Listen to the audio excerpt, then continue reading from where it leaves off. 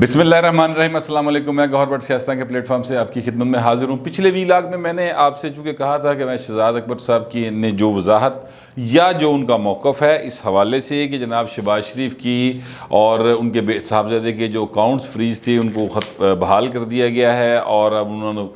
کشمیریوں کے پتروں کو پیسے آ گئے نے ان آن کرو۔ بہرحال وہ جو انہوں نے بات وہ نون لیگ والے کلیم کر رہے ہیں کہ شہزاد اکبر صاحب نے کہ خط کے ساتھ اور ان کی طرف سے بیان باقاعدہ طور پر جا کر وہاں پر درخواست دینے کے بعد یہ اکاؤنٹس دسمبر 2019 میں فریز ہوئے تھے اور اب بحال ہو گئے ہیں، این سی کو ملا کچھ نہیں، تو یہ ساری گفتگو کر رہے ہیں۔ شہزاد اکبر صاحب اس سے بالکل ڈیفرنٹ بات جو ہے وہ پیش کر رہے ہیں۔ چونکہ میں آپ سے کہہ چکا تھا کہ وہ میں ضرور آپ کے سامنے رکھوں گا، تو وہ میں آپ کے سامنے اب رکھنے لگا ہوں۔ شہزاد اکبر صاحب کا جو موقف ہے وہ بڑا کھل کر وہ بیان کر رہے ہیں، اس سے اتفاق بہرحال میں نہیں کرتا، لیکن جو ان کا موقف ہے وہ آپ کے سامنے رکھنے لگا ہوں۔ وہ موقف ان کا یہ ہے کہ شہباز شریف صاحب کا نام یوں کہتے ہیں سرے سے موجود نہیں ہے، جو کہ عدالتی حکم نامہ جاری ہوا اس کی طرف سے، اور نہ ہی انہیں کسی چیز سے بری کیا گیا ہے، نہ ہی ان کے خلاف لندن میں منی لانڈرنگ کا کوئی مقدمہ تھا۔ یہ ایکچولی ان کا دو عرفی موقف ہے، یعنی ویسے بڑی لمبی ان کی ہے سارا بیان، لیکن میں نے اس کو ذرا اختصار کے ساتھ آپ کے سامنے رکھ دیا ہے کہ شہزاد اکبر صاحب اس میں یہ فرما رہے ہیں۔ لیکن اصل سوال یہ نہیں ہے کہ شہزاد اکبر صاحب کیوں یہ جو ہے وہ کیا فرما رہے ہیں وہ درست ہے یا غلط ہے، یا جو شہباز شریف صاحب کی فیملی فرما رہی ہے وہ درست ہے یہ غلط ہے، عطا اللہ تارڑ صاحب جو فرما رہے ہیں وہ درست ہے یہ غلط ہے۔ میں اس بحث میں الجھنا اس لیے نہیں چاہتا کہ یہ خبر ایک انڈیپینڈنٹ جرنلسٹ نے دی ہے، اور تمام میڈیا نے، جتنا بھی میڈیا ہے پاکستان کے اندر، اس نے سب نے وہی خبر چلائی ہے جس کا کلیم جو ہے وہ عطا اللہ تارڑ صاحب بھی کر رہے ہیں اور مسلم لیگ نون کے دیگر قائدین بھی کلیم کر رہے ہیں کہ ساڑی فتح ہو گئی، اسی جتنا بھی جیت گئے ہے جمالو۔ جو وہ کہہ رہے ہیں ایکچولی وہ مطلب میں نے اپنے عوامی انداز میں آپ کو بتا دیا ہے، تو یہ وہ بات ہے۔ لیکن جو شہزاد اکبر صاحب ہیں نا، ان کی کارکردگی ایکچولی اب ان کویسچن آ گئی ہے میری نظر کے اندر۔ وہ اس طرح سے آ گئی ہے کہ شہزاد اکبر صاحب کو تقریباً 3 سال ہو گئے ہیں اور وہ اس حکومت کا حصہ ہیں، اور اس حکومت نے انہوں نے جو بھی دعوے کیے، جتنی پریس کانفرنسز کی، جتنے بھی کام کیے، ان میں سے چند ایک مجھے یاد آئی ہیں، وہ میں آپ کے سامنے رکھنے لگا ہوں، اس کو آپ دیکھ لیں۔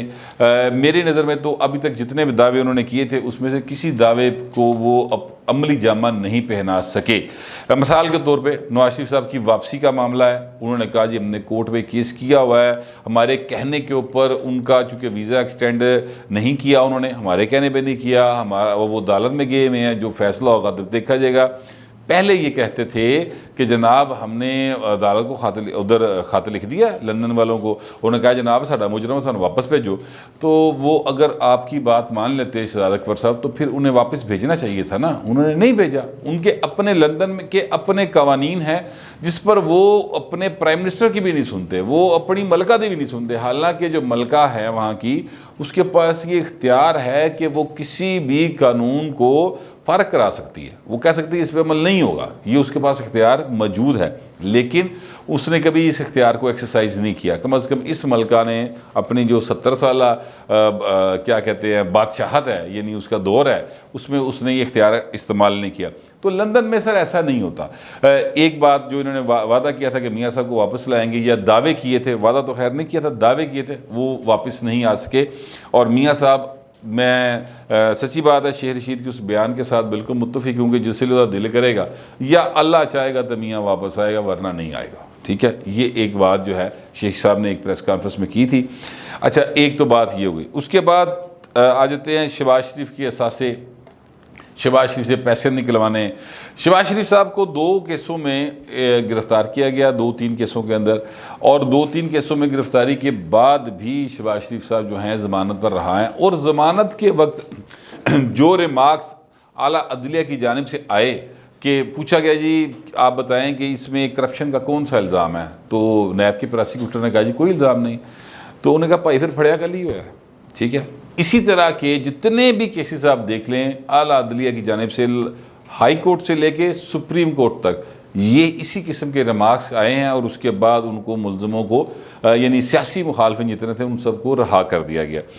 اس میں بھی ظاہر ہے وہ ناکام رہے ہیں، اور شہباز شریف صاحب کے کوئی 61-69 جو ہیں وہ